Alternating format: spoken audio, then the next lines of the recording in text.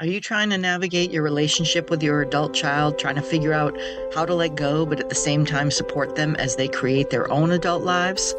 Should you stop being a parent and try to be more of a friend? And what does that mean? And how do you do it? This podcast is about simple changes to create more calm and peace in your life.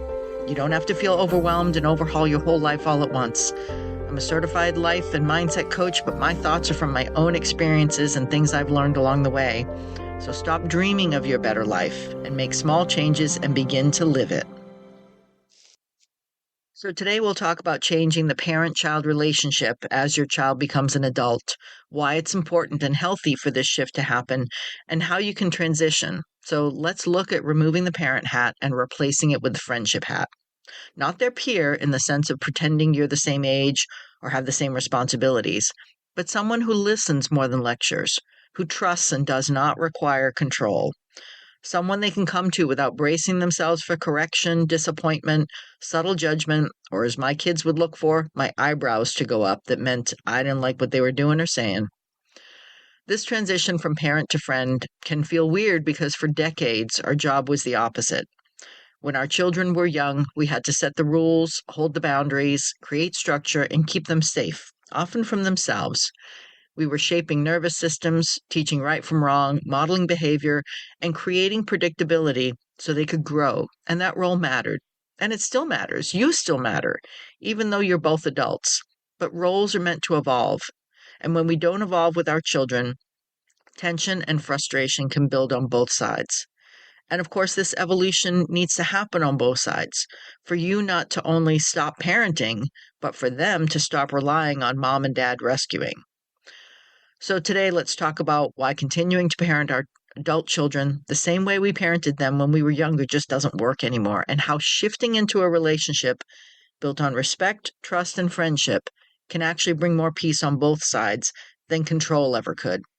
And we'll even talk about what if you really don't like your kids and you don't want to be friends. We'll get into that as well. So let's start with the science, because it helps reframe the blame we often place on them and on ourselves when their lives and things aren't going the way we both might want them to go. First, we have to recognize that while we can jokingly explain behavior as, well, their brains aren't fully formed yet, there's actually neuroscience that backs this up in a very real way. The prefrontal cortex, the part of the brain responsible for impulse control, emotional regulation, long-term planning, and decision-making, continues developing well into the mid-20s. And most research suggests this process isn't actually complete until around age 25. And this matters because before that point, young adults may intellectually understand consequences, but they struggle to fully integrate them emotionally and really understand what their actions cause. They're learning how to manage stress, assess risk, and regulate reactions in real time. And often we feel like they just don't get it while they're going through this young adult stage. But let's not forget our own lives in our late teens and early 20s. We also didn't get it then either. So during those young adult years, your guidance with them still matters, your support still matters, and even more so, yours and their boundaries still matter. But once our children move beyond that stage, once they're fully grown adults, the relationship must change in order to remain healthy for both you and for them.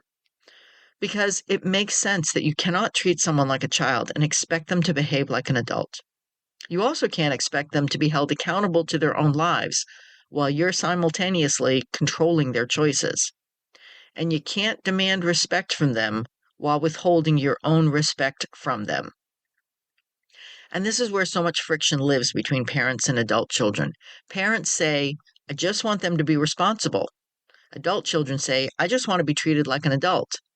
And both can feel unheard, both can feel frustrated, and most times both are right. Many parents get stuck in that painful in-between. They want their adult children to succeed, but they also want to protect them from pain and not have to go through what they went through. They want them to have independence, but not if that independence leads to failure. And let's be honest, this failure may not be a failure for the adult child, but it may be seen as failure by the parent based on their own personal need to be seen in a certain way. And they want honesty. But sometimes as parents, we push back on that honesty when it's not what we want to hear. And adult children can feel these contradictions. They sense when advice is really control in disguise. They feel when help comes with expectations attached or conditions set to their acceptance. They hear that unspoken message beneath the words that basically says, I don't trust you to run your own life, even when that's not what we mean. So consider this example. An adult child takes a job you don't think is right for them. You see risks and you want to warn them, steer them, protect them from disappointment. So you comment again and again. You ask questions that you feel are supportive, but they feel are interrogating. You offer advice, but they never ask for it.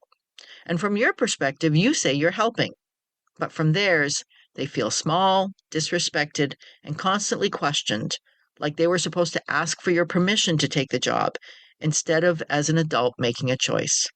And if it doesn't work out, they might hesitate to tell you, not because they don't trust you, but because they don't want to hear you say once again, I told you so. Or worse, you don't say it, but your face and body language says it all. Now imagine if your friends felt that way about you, that they wouldn't share things with you because you might say, I told you so. That's not a kind of friendship that you want to build, right? And this is where the shift matters. Once our adult children are fully formed adults, our role is no longer to manage their lives. It's to respect them as capable humans who are allowed to make choices, even choices that we wouldn't make ourselves. Think about how you treat your friends. You may not agree with their decisions. You might see the red flags before they do, and you might think they should be doing something different. But unless they ask, you don't necessarily offer unsolicited advice, and you certainly don't lecture. You don't micromanage your friends. You don't make their choices about you or worry that their choices are a reflection of you. And if they fall, you don't shame them. You show up for them. You support your friends. You listen, you offer empathy, and you trust that their life is ultimately theirs to navigate. And while it might be hard for you to recognize, that same approach is exactly what adult children need from us. And I know one of the hardest things you can do for your kids is to allow them to hurt. As parents, our instinct is protection, to soften the blow and make sure they have a soft place to land, to step in ready to fix before things fall apart. And when our kids were young, of course, that instinct was necessary to keep them physically safe and help them learn emotional maturity. We stopped them from touching hot stoves and we guided them away from danger. We intervened because their safety and how they would learn and grow depended on it. But adulthood is different. As we get older, pain becomes a teacher and failure becomes feedback. Struggle becomes the place where confidence is built. And when we rescue our adult children from every uncomfortable consequence, we rob them of the experiences that help them grow. I mean, think of the things you learned as an adult, those places where it was painful, when you hurt someone or someone hurt you, and how you grew from those experiences. As much as we hate that we had to go through them, I think we would acknowledge that if we're open to growth, we learned from them. And of course, it's painful to watch someone you love struggle, especially when you can see the outcome coming down the road. But learning to tolerate that discomfort without rushing in is one of the most loving acts that we can offer. I mean, we do that with our friends, so why not with our adult kids? We might want to save them both, but we also know our friends have to learn like we did, and so do our adult kids. Confidence isn't built by saving them every single time. It's built by surviving, by tearing down and building back up. Another key shift is understanding that advice is only helpful when it's invited. Unsolicited advice, even wise, well-intended advice that we've got from all of our years of experience, can often sound like criticism. It comes across as, I know better than you, instead of, I trust you to figure this out. So if you want your adult children to come to you for guidance, you have to become someone they feel safe opening up to, someone they trust with their inner thoughts, dreams, and secrets. Again, you don't have to always agree with them, but you have to be open to them. And that safety doesn't come from being right all the time. It comes from being respectful. So, how do you go about letting your adult kids know that you're open to listening and to helping without fixing? So, some simple phrases can be, do you want me to just listen or do you want my thoughts? How can I support you to move forward? I know this is hard for you, but I trust that you can do this. These words build bridges instead of walls. Now, for many parents, especially those who've poured years of energy, identity, and purpose into raising children, which many of us have, letting go of that parenting role can feel like losing a part of themselves. They've solidified their whole existence and validation into this parent child role. And you might have to ask, well, who am I if I'm not needed in that same way? What's my purpose now? And it may feel like a form of rejection that your adult child doesn't need you in the same way, or it feels like they don't care about what you're saying anymore, and you don't know how to be that friend. But becoming a friend to your child doesn't mean you matter less. It actually means all those years in that parent-child role worked. You raised someone capable and independent. You raised someone strong enough to make their own choices. And that's awesome. And that doesn't mean this is the end of your importance. It actually means it's the beginning of a different kind of relationship, one built on mutual respect instead of authority and control. It doesn't mean you stop caring. It doesn't mean you stop having opinions. And it doesn't mean you disappear when things fall apart. It simply means you stop trying to control the outcomes that are not yours to control. And that's where boundaries matter here for everyone. You're allowed to say, I don't agree with this, but I respect that it's your decision, just like you would a friend. You're allowed to step back when helping turns into enabling, and you're allowed to protect your own emotional well-being by not taking responsibility for choices that aren't yours, by no longer carrying what they now need to carry in their own lives. And likewise, adult children are learning about you more too. They're learning how to relate to you in new ways, learning that you're human, that you make mistakes, that you hurt, that you don't have all the answers. They too are learning a new role in their independence alongside a new connection to you. And this transition on both sides can be messy, and that's okay. Old patterns don't disappear overnight. There will be missteps, awkward conversations, and moments where you fall back into those old roles on both sides.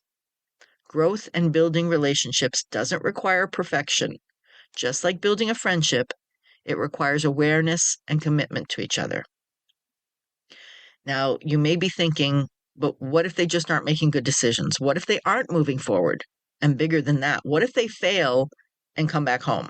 What if they continue to need to rely on me? What if I don't step in and they never succeed? So many of us, we're not trying to run our adult kids' lives. And while we love our kids, as parents, we're just trying to protect our own futures sometimes, our own energy, our finances, and our own sense of peace. So parents, they may be wondering, if I let go, will I end up carrying everything again? And remember, this is where you can reframe and realize that letting go does not mean you don't love them and you don't support them from a distance. But rather than save them, you may need to let them save themselves. You can step back and hold boundaries at the same time. You can be concerned and care without responsibility or ownership of their actions. You're allowed to care deeply without being accountable for outcomes that no longer belong to you. Because at some point, you have to let them put their big boy pants on. And what if they do keep coming back? Coming back after a setback is not automatically a failure. Life happens. Jobs fall through, relationships end, health changes. But you get to determine if returning home becomes a growth moment or a dependency trap by creating structure and guidelines. Like, I can help you out in this way, or I can help you for this amount of time, or within these guidelines. Unhealthy enabling is rescue with no limits.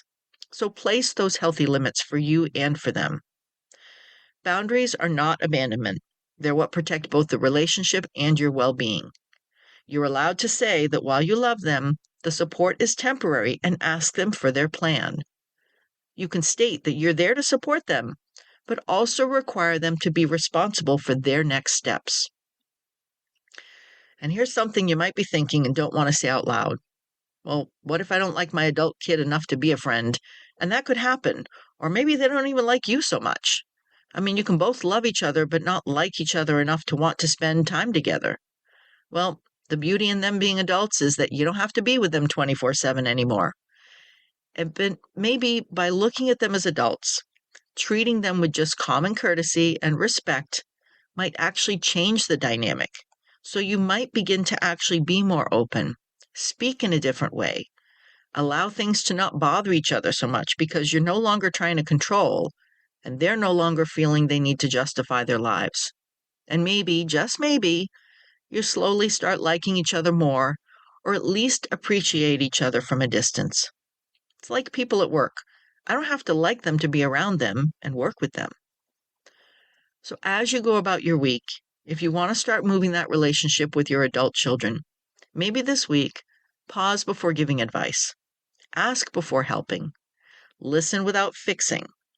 Let them own their choices, even the hard ones, and especially the hard ones. And remind yourself their decisions or their mistakes are not a reflection of your failure as a parent. Build this path through trust and not control. And if this was helpful and you know someone who needs to loosen their grip and step into a new relationship with their adult kids, please share this with them. And as we close today, remember that your adult children don't need you to run their lives. They need you to believe that they can run it themselves. And when they stumble, and they will, they don't need a lecture. What they need is a soft place to land, a safe space to learn and grow, knowing that you are leading with love and respect. That's how relationships deepen. That's how friendships emerge and grow, and how you find a path to more peace as you yourself shift into your next version of your own life. And guess what? You deserve that. You deserve to be allowed to now focus on the life that you want to build for your own self, to find new peace and purpose, little by little and piece by piece. This podcast is based on my own life experiences. I'm not a therapist, a psychologist, psychiatrist, or any other licensed medical professional. Please share this podcast with anyone you think needs to hear this so that we all move forward, little by little and piece by piece. And thank you, Purple Planet, for sharing your music. And please hit the follow or subscribe button. It really does help.